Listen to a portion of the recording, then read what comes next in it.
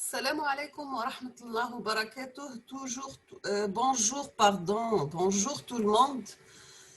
Donc, je vais proposer aujourd'hui un examen de TS qui a été fait, je crois, à l'université de Bouira, d'accord?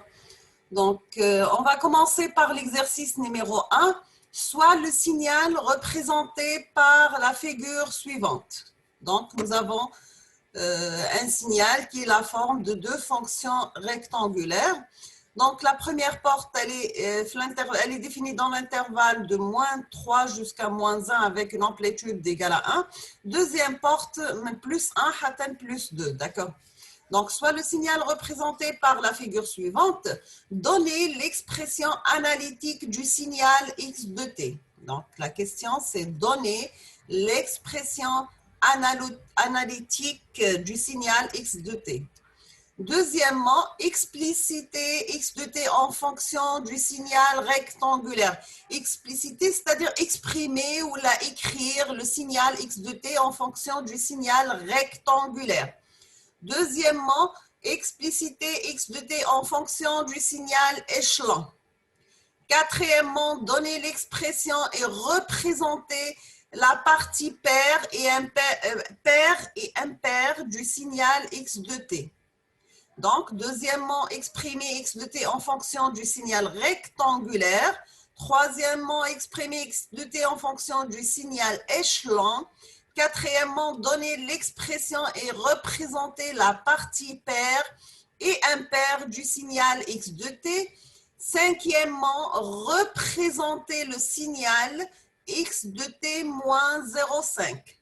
Sixièmement, quelle est la nature du signal x de t? Déterminer son énergie ou sa puissance. D'accord? Donc, quatrième question, donner l'expression et représenter la partie paire et impaire du signal x de t.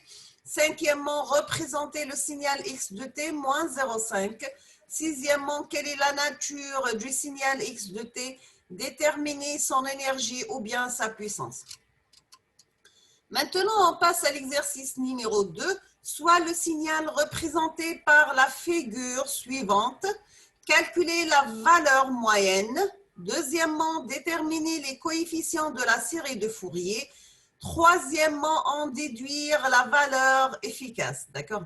Donc, nous avons un signal périodique représenté sur la figure de cette forme est égal à 1, l'intervalle de 0 à 1, est égal à 0 de 1 à 2, est égal à -1 de 2 à 3, est égal à +1 de 3 à 4, égal à 0 de 4 à 5, égal à -1 de 5 à 6, égal à +1 de 6 à 7, etc., etc., est égal à -1, 0 le -1, -1 jusqu'à -2, c'est 0, etc.